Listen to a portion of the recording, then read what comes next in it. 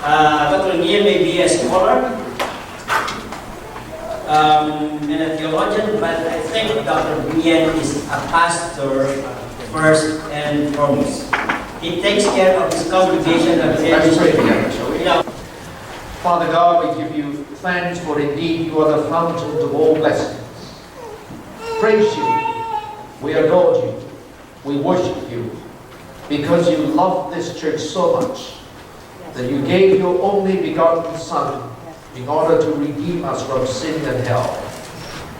And with that conviction of who you are, the superabundant grace that you are, out of yourself will flow into our lives, the everlasting love. Today, as we celebrate the 24th anniversary, our hearts leap with joy because you are the source of every blessing in this church. Now, as you speak through your servant, we ask that you forgive his sins because there are many. Forgive the preacher, for his sins are many. Forgive your people, for our sins are many. We come to you not because we are perfect, indeed we are not. We come to you because we truly belong to you, and you truly belong to us. So it is in that context of belonging to you that we think and move and have our worship. So Lord, speak in a very powerful way to our minds this morning, and speak in a very personal way to our hearts. Take our minds and think through them. Take our hearts and set them on fire for you. Speak, Lord, in a very, very powerful, intimate way to each one of us, so that we may leave this place with a sense of triumph and hope and victory, because we know that you have met us here, and we have responded to you in proportion to your voice. So we wait before thee. In Jesus' precious name we pray. Amen. As I was reflecting on this occasion, I wasn't sure what text to use. And as I was talking with my wife, and my wife said, haven't you thought a lot about love? That's the nature of God. And that's the trait of a truly born-again Christian. Maybe you should zero in on love again. So that's why today the sermon is about the interpretation of love. The name, the title of the book. The title of the book that I have written. Over 15 years ago, perhaps more than 15 years ago, I remember as vividly as if it were yesterday, a very well-intentioned elderly sister came to me and thrust upon my face this question. She said, Dennis, I have heard many sermons about love from you. You have preached many sermons on love. May I ask you this question? Is your life an interpretation of love? Or is your life merely an instruction of love?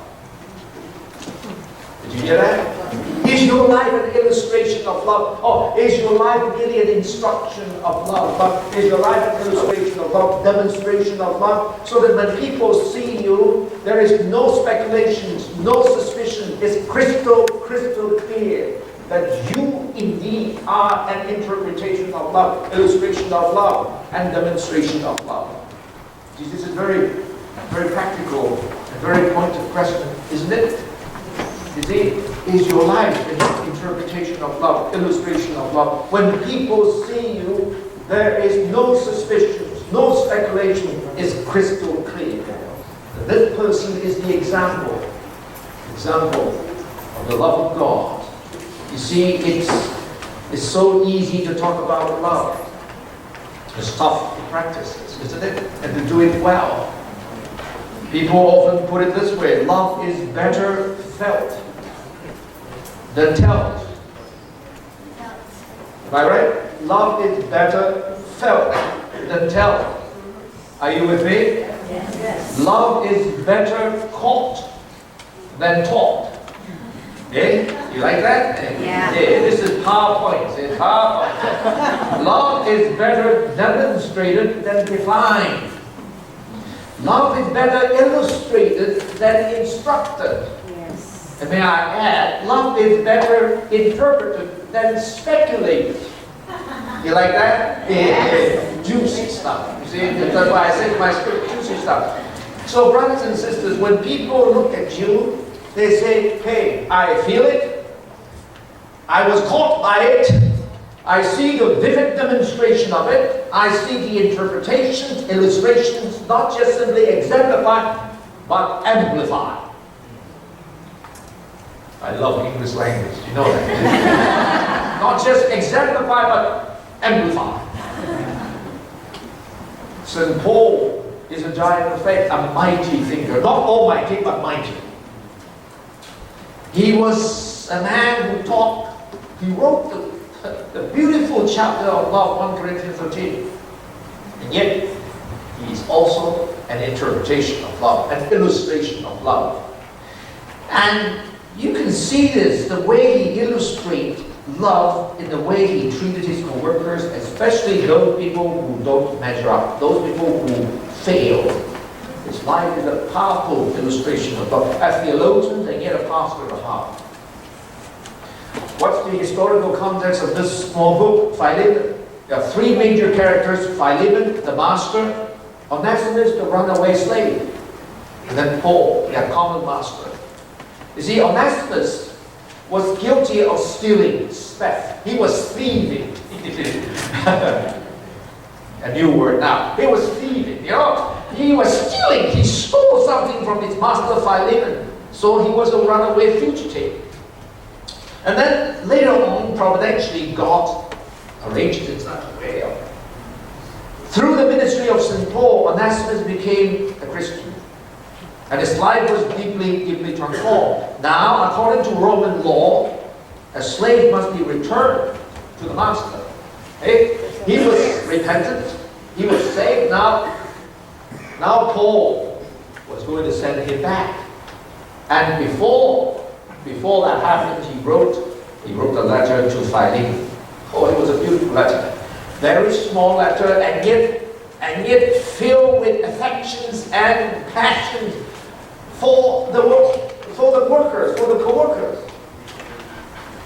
Let us think together in this 24th anniversary how you and I can be an interpretation concretely, not abstractly, concretely, vividly, visibly. I'm going to share with you 3 points. Hey, I'm a famous 3-point preacher, not famous preacher, but 3-point. Hey, qualified. 3 points. I never use PowerPoint. Why? Because my points are PowerPoints.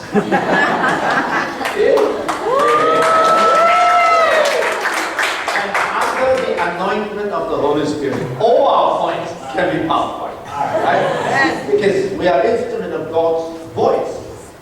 Amen, Pastor? Amen. Let's think together 3 points. How do you interpret love? Okay. Number 1. First PowerPoint. Number 1. Love is interpreted not so much in commanding, but in respecting others. Amen. You see, Paul, an older man, godly man, was endowed with authority. He could have commanded Philemon, hey, receive it. Even though he thieved, he stole something from me, he was a fugitive. No, you should receive it. He could have commanded. And yet Paul said, rather, I appeal on the basis of love. That's leadership. And some of you were in my event. The theme of my event is what? Leadership or sinking ship. Yeah, you are a man and women of authority, but without love, you are sinking ship. Yes. You're going to sink the whole church. You're going to sink your influence. You see, you're a man and women of authority, but are you exercising your authority with 1 Corinthians 13? Love, right? Without love, authority gets you nowhere. You see, Paul wrote a letter, very small letter, filled with affections, filled with love for the co-workers. Not commanding him what he needs to do with the runaway slave. Not threatening, hey, if you don't do this, this is going to happen. Not warning. not imposing, not demanding or insisting what Philemon ought to do with the runaway slave. He simply wrote a letter appealing, not authorizing, but appealing on the basis of love that Philemon would take him back, that he will be received back into his household. Verse number 9, he said, I appeal to you on the basis of love, not on the basis of the authority which he possessed. He didn't forfeit his authority, but he said, rather than authorizing, I appeal. Did you see how sensitive Paul was towards his co-worker? He merely made the humble request on behalf of the runaway slave and left the final decisions to the leadership of Philemon himself. This to me is true love manifested, true love illustrated and interpreted. Paul could have commanded, but he sought to appeal. In other words, respecting the leadership of others. Unfortunately, this is where we are weak. There are people who like to command. They thought that by commanding, they could command trust and respect out of the other party. And the effect is just the opposite. You try that to your marital relationship, you thought you were going to shout. Oh my goodness, the first 2 years of my marriage was so hellish. Because I was loud in my voice towards my lover. You know, and my wife said, why are you so loud? I said, because I'm loud.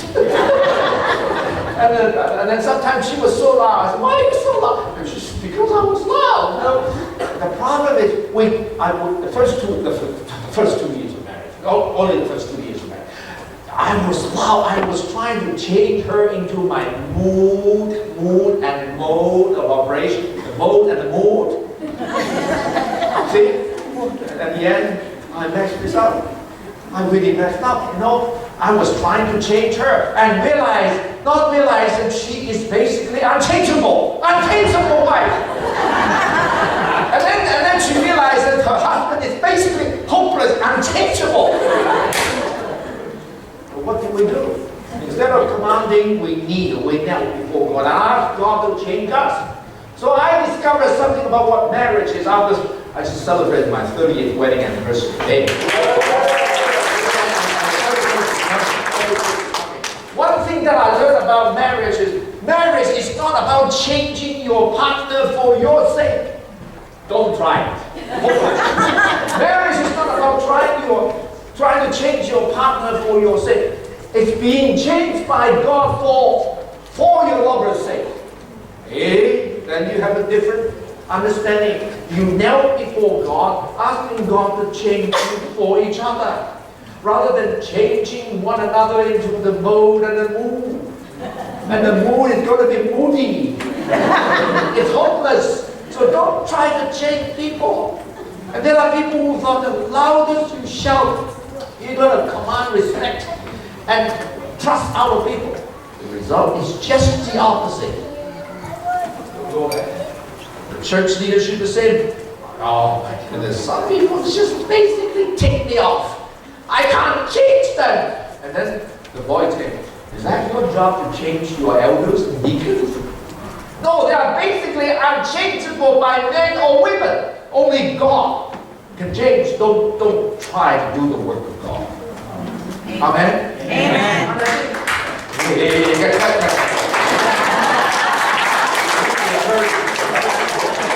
Because this audience is very solemn and quiet, you know. You have to cheer me on, right? See, unfortunately, this is the area where we fail. So we sink one another into the bottom. See, there are people who like to demand unreasonably because they think they are so irreplaceable and so indispensable. Oh my goodness, this is going too far. You see, this is going too far. And so they thought they could say anything they want without considering the feelings of others into account. And still others enjoy and command, because they are afraid of losing power and losing control. Like a highly chauvinistic husband, which I don't believe there is one here in this congregation. Just one highly chauvinistic husband, after 1 week of marriage, came to the pastor who officiated his wedding and said, "Pastor, you said last week when two of us got married, the two became one. But you never told me which one."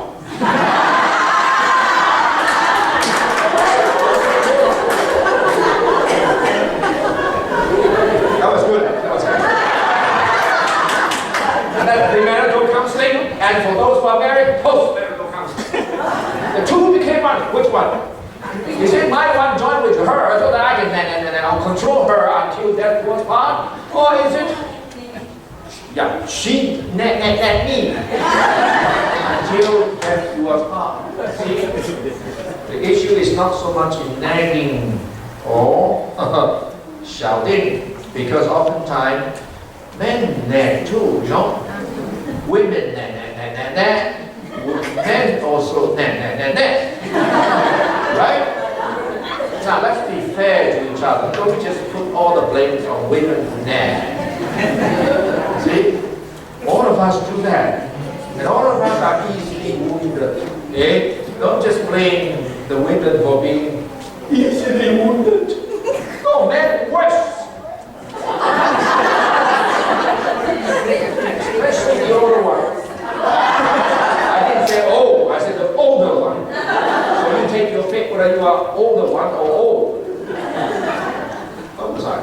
But the issue is not so much in controlling or nagging. The issue is in mutual respect. Right? Where there is mutual respect, relationship decreases in conflict and increases in understanding. And love is better illustrated, interpreted, not so much in commanding, but in respect. And some of you men, you try and command your lover and see what will happen. I tell you, the calamity will be great. And some of you feminists, you try and order your better half around. I can tell you, your better half will become the bitter half. And you wonder what happens. What happened? Because you shout too loudly. You know? A president in a large company bragged about how good he was as a president. 25 years in this same company, I never had a stomach ache. 25 years as president, not one stomach ache. And then one of the staff shouted, you don't have stomach ache, but you gave us stomach ache. Not only that, you gave us heartache. And by your unreasonable command and irrational demand. Many friendships, marriages, and leaderships broke down. Why? Because there's too much commanding and too little respecting. Too much. And Paul handled relationship with great care. A theologian, a pastor at heart, he was tactful, considerate of the feelings of Philemon. Why? Because he loved Philemon. If he loved Philemon, he ought to show it, and which he did by respecting Philemon's leadership. And look at verse 14, he said, with respect, I did not want to do anything without your consent. So that nothing that you do is being compelled, it's being authorized. Or anything that you do is spontaneous, out of love for somebody else. See, I like that so much. In other words, what Paul is saying, hey, I'm sending this fugitive back to you. I don't know what you are thinking. I want your understanding. This is my proposal. I'm not going to demand what you need to do with him. I'm just sending him back, appealing on the basis of love. Not on the basis of authority, which he has, which he could use. Again, he said, rather, I appeal. You see, this is to me is so skillful. So skillful. I don't want to give you stomach ache, in other words. I don't want to send you into sleepless nights, you know. Sometimes you receive emails, well, for crying out loud, why am I receiving all these emails? You know? All these emails are junk, you know. And then you are sent into sleepless night for no reason. For crying out loud, don't use email, would you? Email is very dangerous. Very, very dangerous. And then I usually have about 150 emails a day. And some of them are very, very junky. Yucky. They don't come from the fountain, they come from the drainage, you know. You want to be drained out of these drainage? Don't go there, don't read it, throw them away. Spam it. So brothers and sisters, let's learn to let go of ourselves, learn to respect others. Authority in itself is not wrong. Company presidents, pastors, preachers, husband and wife, parent, we all have authority. But authority must be held and upheld with humility and decency, respecting others. You see, and yet respect must be, we often say respect must be earned, right? Yes. I think I need to add in one more sentence. Respect must be learned and earned. So in the process of learning, you earn it. The older I get, the more I have to learn respecting others. I cannot come to you and say I'm somehow someone great.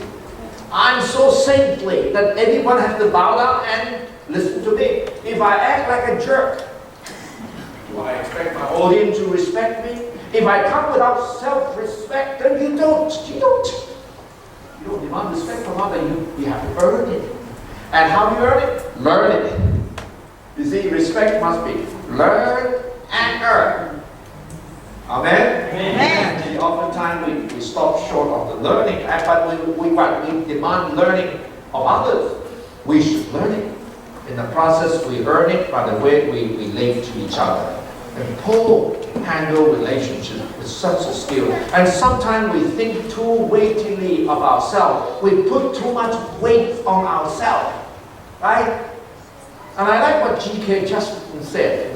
He put it in a very whimsically, with sense of humor. He said, look at the angels. Why do angels fly? They fly freer, higher, and further. Why do angels fly? The answer? Because they take themselves lightly. That's why they fly. Now you put too much weight on yourself, therefore you cannot fly. You have to be on diet.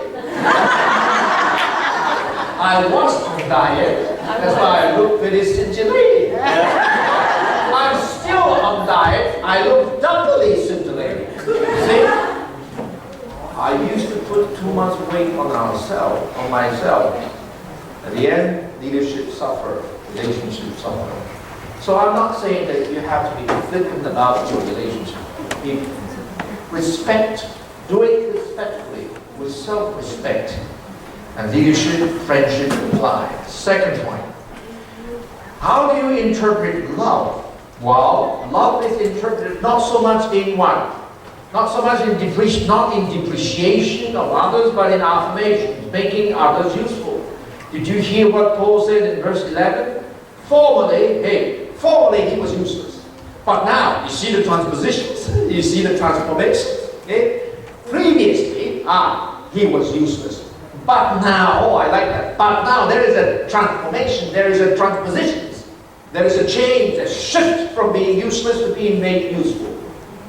Oh, this is so important. A church of 24 years old, without the dedication to make this transposition, we are not here. There are so many people who are still here, right? And you are still here because of many dedications, many patience, many perseverance that have been poured into this church. And therefore, once you were useless, but now you are being made useful. Young people, you ought to be more thankful towards those uncle and auntie who bear with you. Some of the young people kick me off, Sometimes good, sometimes bad, And sometimes they jump up to the third group in and out of the body, I can't tell, It's a static experience sometimes, they just don't show up. They just don't do anything spiritual. They do something stupid. But yet, uncle and auntie and the dedications of the mommy and daddy, they are there for you days in and days out.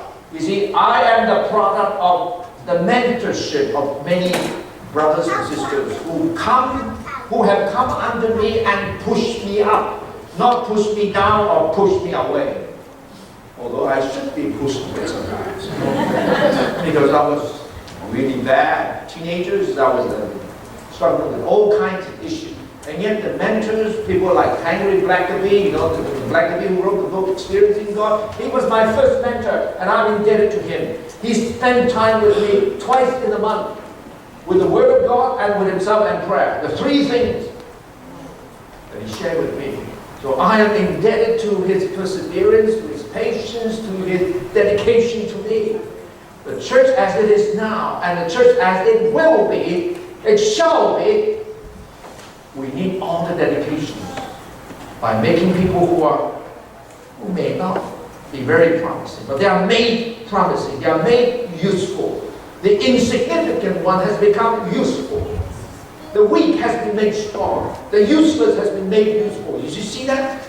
It takes years of transformation, years to transformation. So brothers and sisters, there are many, many instances of praise and thanksgiving here.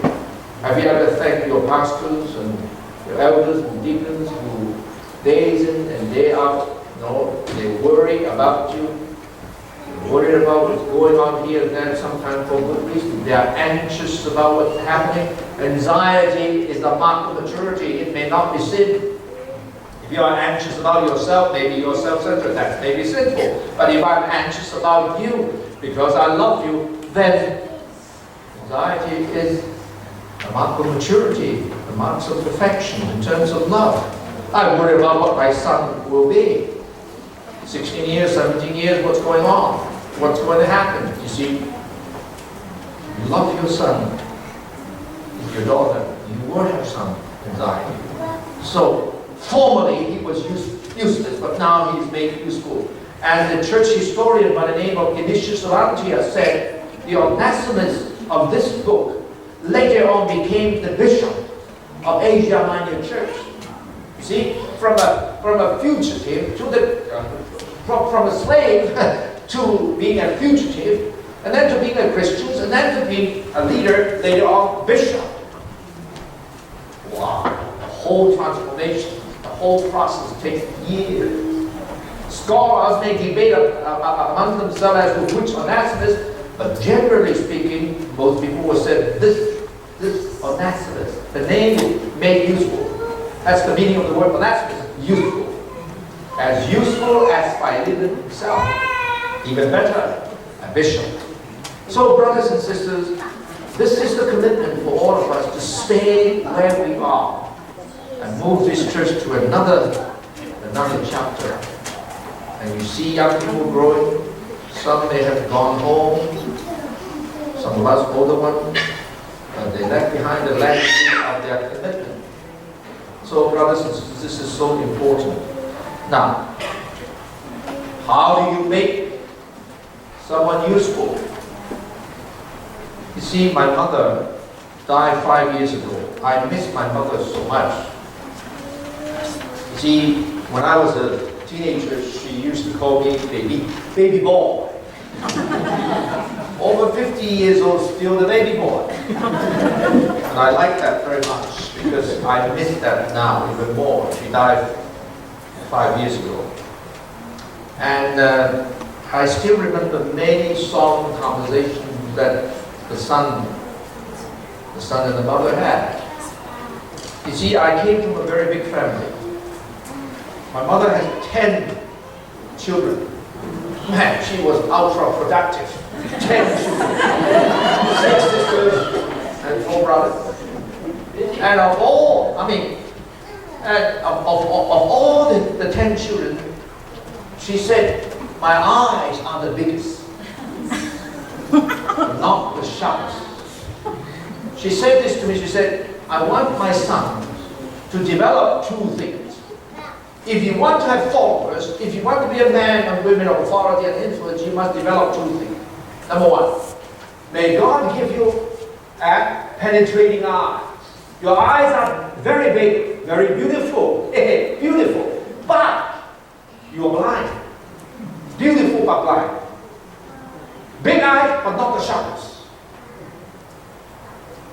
I want God to give you a penetrating eye.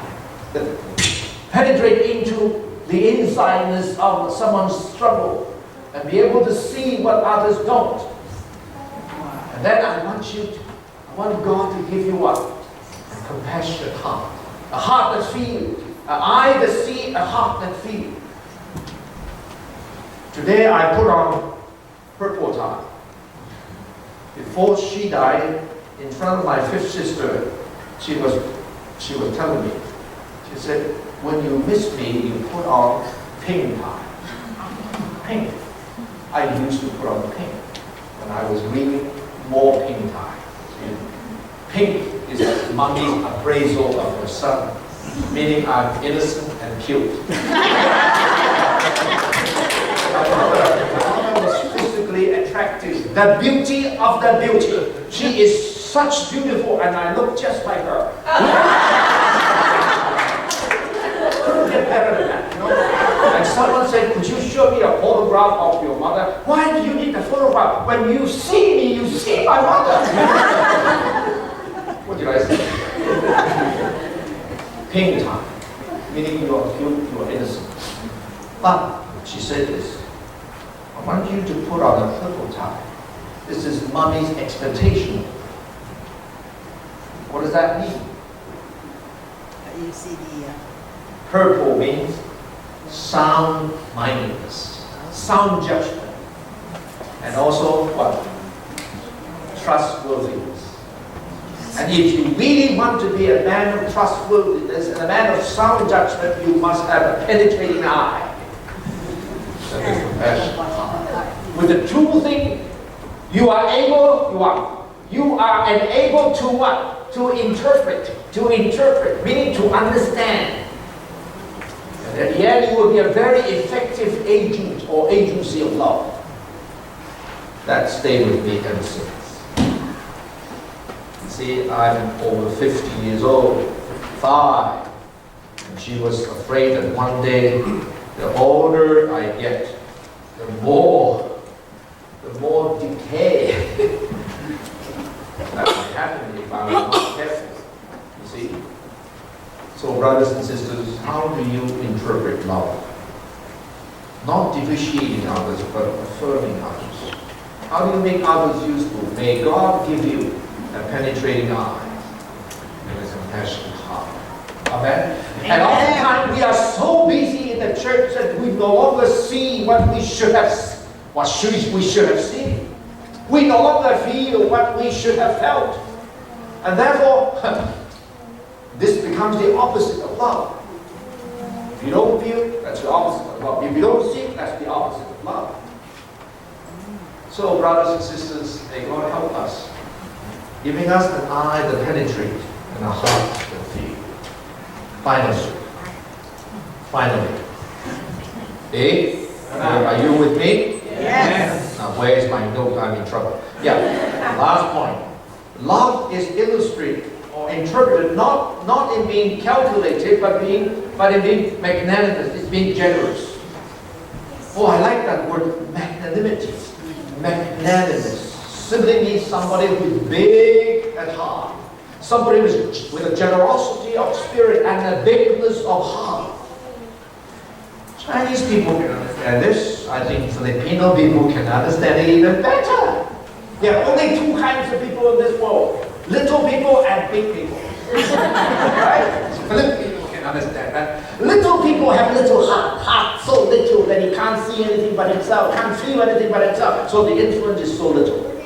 That's little people. Small people. But big men and women have a big heart. Magnanimity is one of the longest English words. Magnanimity, meaning generosity of spirit. Spaciousness of heart to allow differences to enter.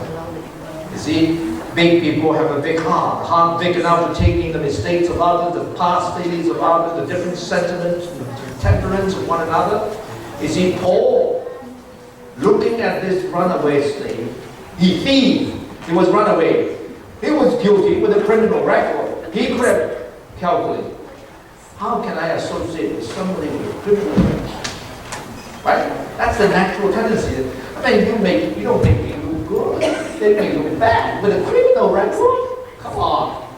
That's a disadvantage to my image as the leader. Paul could have calculated and reasoned that way.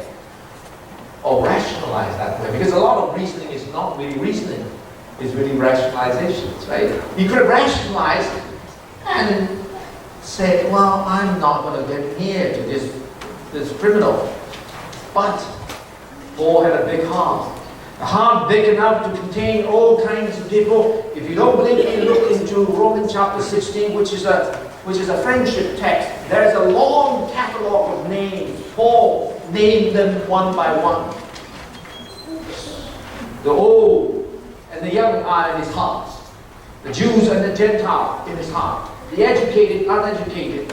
Masters and slaves are in his heart. Even Onesimus, the runaway slave, was in his heart.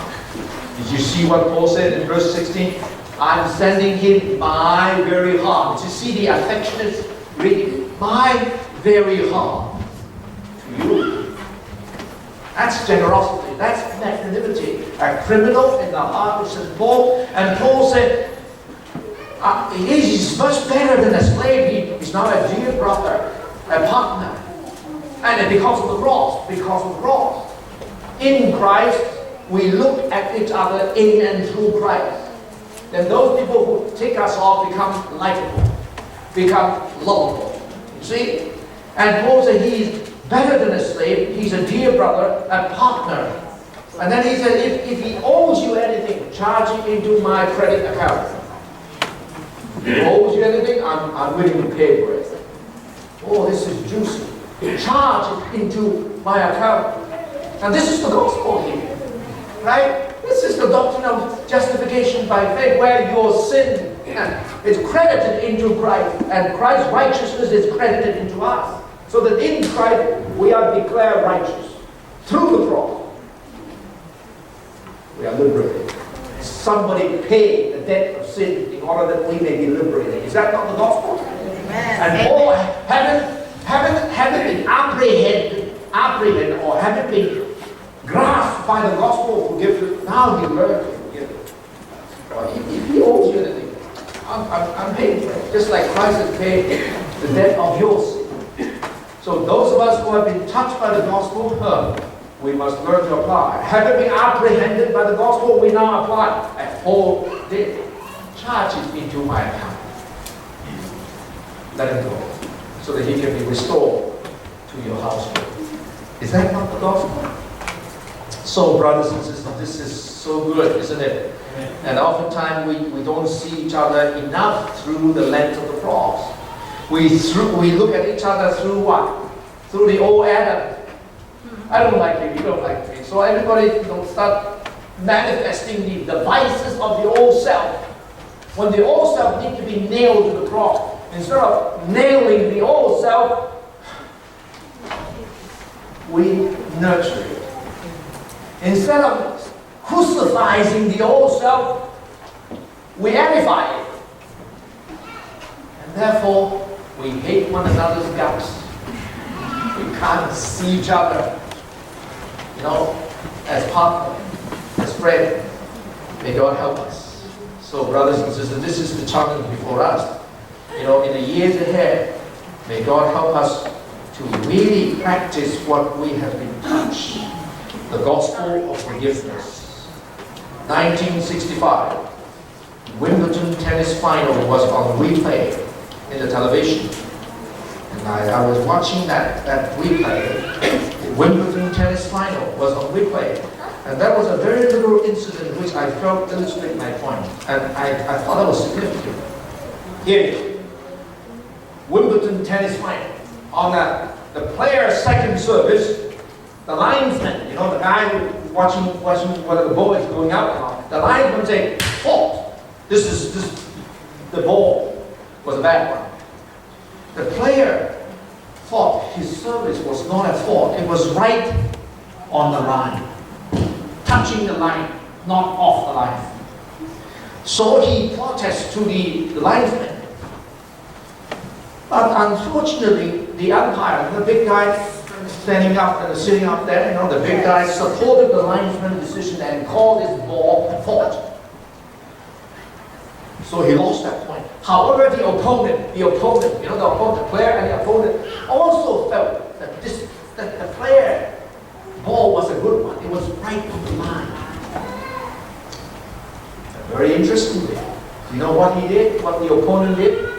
When the player fire another ball, the opponent walked away and deliberately lost that point to the player because he thought he should have gained that point earlier. See what I'm saying? Is that not magnanimity? Is that not generosity? That would have affected the entire relationship of the tennis game. The relationship between the player and the opponent was enhanced. So this is so important for us and for me. You see, as a pastor, as a professor, if I don't care about students and pastors, I'll shut my office door. And my office door is always open. And oftentimes people come to see me with all kinds of questions, with all kinds of problems. And they're crying, they're high out, they keep crying, and then if you don't cry with them, they will never stop crying. So I have to learn to cry with them. And sometimes I wonder why I cry. My tears are very precious, you know. You don't just shed any tears for no reason. But inevitably, there are people who are wounded. Unfortunately, some of the struggles are really relational issues.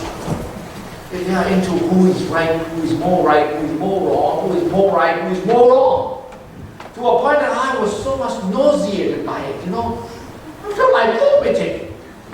So I looked at the brother one time, you know, this is the third time he came in talking about the same thing, who is right, who is wrong, who is wrong, who is more right, I'm more wrong. My goodness. I said, look, do you really think that I, as a professor, care you are more right, the other person is more wrong? Do you really think that I care that you are more right, the other person is more wrong? Do you really think I care? No, I don't care. I go home and sleep. Do you really think that the world cares you are more right, the other person is more wrong? Do you really think that the world cares? No, the world doesn't care. And the world will just go on in its happy way even when you were right. Or even when you were wrong. Do you really think that God cares you are more right, the other party is more wrong? Yes. I don't think so. I think God cares whether you are pure at heart. Yes. Rather than you are more right, the other person is more wrong. Am I making any sense? I came from a big family. There are discrepancy in relationships. There are irony in relationships. There are conflicts. Indescribable conflict. No one can solve it. You know, and my mother said, your name is, in Chinese, a peacemaker, 眼见平, meaning that here I'm speaking in tongue for some of you. Right? You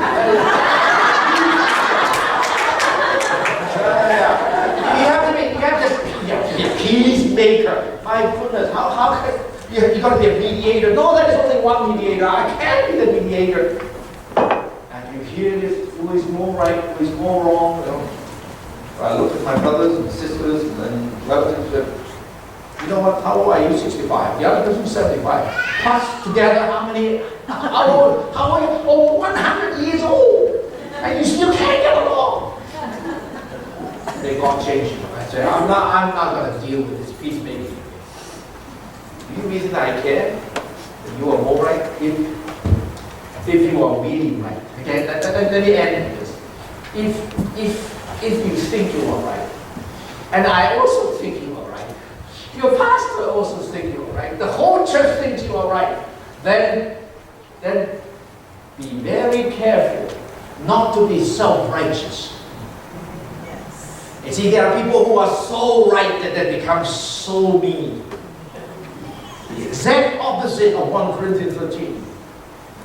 If you are so right, maybe it's time for you to be magnanimous, to be big at heart.